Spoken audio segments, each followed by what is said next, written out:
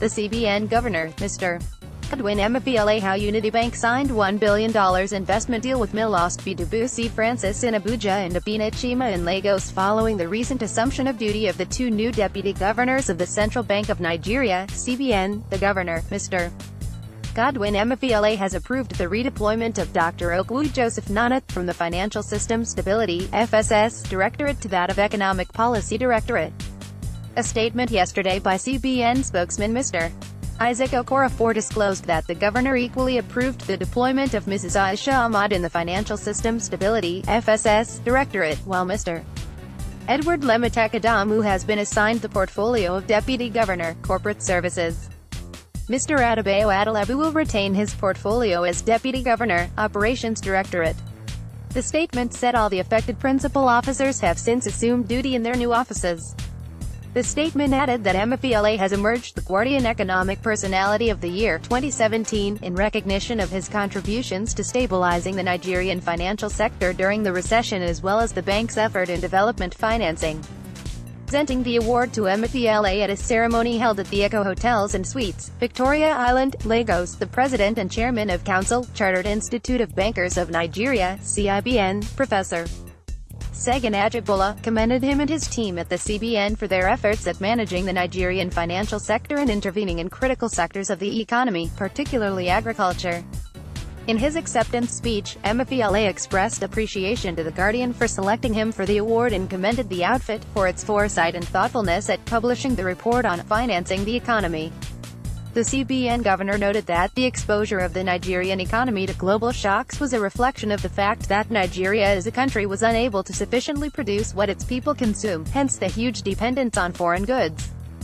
He attributed the inability of the country to sufficiently produce what it consumes to heavy dependence on the oil sector to provide the foreign exchange needed to finance the country's imports, poor diversification of the economy, and low-factor productivity in key non-oil sector.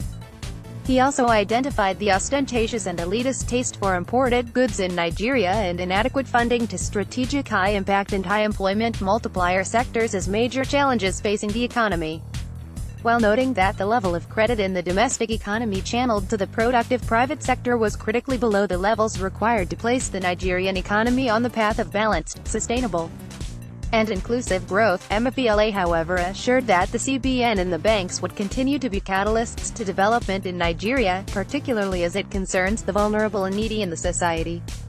According to him, following a joint initiative by the banks in 2016, each bank contributed 5% of its profit after tax to support the development initiatives of the government.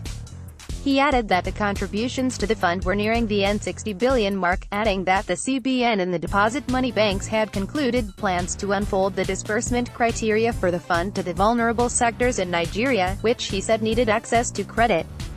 The efforts by the central bank at countering the adverse effects of the global shocks, he said the CBN embarked on a number of short-term and long-term policies such as a cycle of monetary tightening to rein in inflation, and external reserves management through the restriction of foreign exchange for imports of goods that can be produced in Nigeria.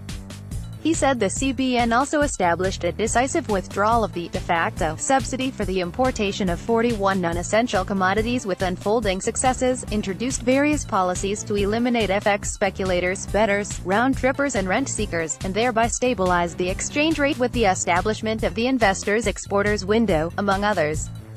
Reeling off other achievements of the CBN, Emefiele said the sum of $393.5 billion had been released to 478 large-scale agricultural projects since the inception of the Anchor Borrowers Scheme in 2010, even as the bank was poised to disburse up to $400 billion at only 9.0% interest rate under the Real Sector Support Facility (RSSF), adding that the strategic initiative was targeted at projects in manufacturing and agriculture, given the mutual interdependence of both sectors for the complete industrialization of agro-allied business.